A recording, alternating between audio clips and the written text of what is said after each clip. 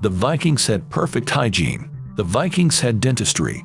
They washed their hair daily. They even took their grooming items for the afterlife, combed and washed. Shall the wise men go? Goes a verse from Regan Small. Indeed, Vikings were no filthy barbarians. Saturdays were bath time for the Vikings. Entire communities would head to lakes and streams to get clean. In 1210, Snorri Sturluson constructed a bath at his Reykholt farm. It measured 13 feet in diameter. It had stone steps and bench seats. The bath was fed by hot and cold water pipes from springs. Snorri could even adjust the temperature.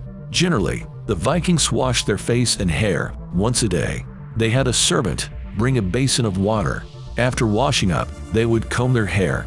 The Vikings favored blonde hair. Both men and women used high lye soap to bleach it.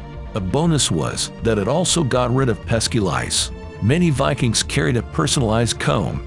They used a wooden case to protect the teeth. Combs were made of wood, bone, or ivory. Owners often decorated them to their liking. The Vikings didn't just care about the hair on their heads. Their facial hair was even more important.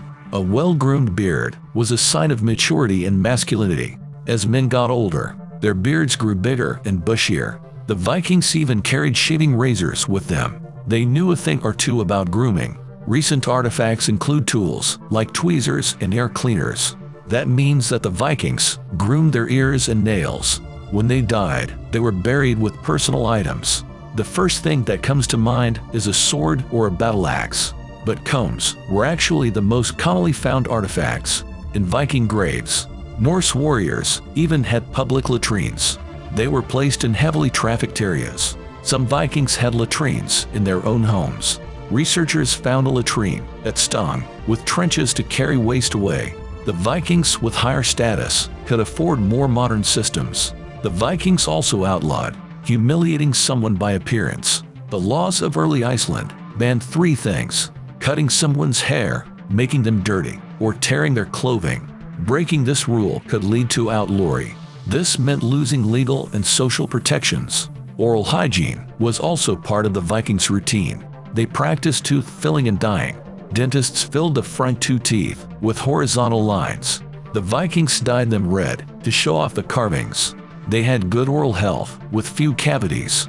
This was not due to teeth brushing, but rather their diet. It didn't include refined sugar and prevented tooth decay. When a loved one died, all grooming and bathing rituals were put on hold.